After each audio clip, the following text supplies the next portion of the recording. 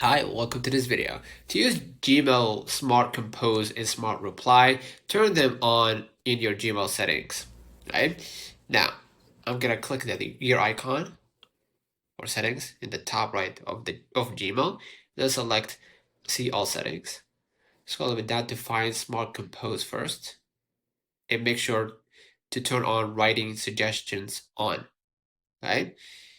And also, you can turn the smart reply on. So we just scroll a little bit. You can see here smart reply. Make sure it's turned on. Okay. Optional, you could check personalization, right, under smart compose, and basically let Google tailor suggestions to your visual writing style, right? So make sure personalization is on.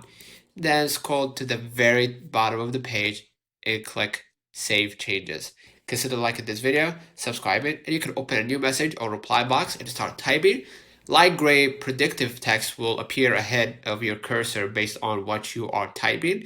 You can press the Tab key on your keyboard to accept the gray text suggestion. You can continue also typing normally to ignore that suggestion.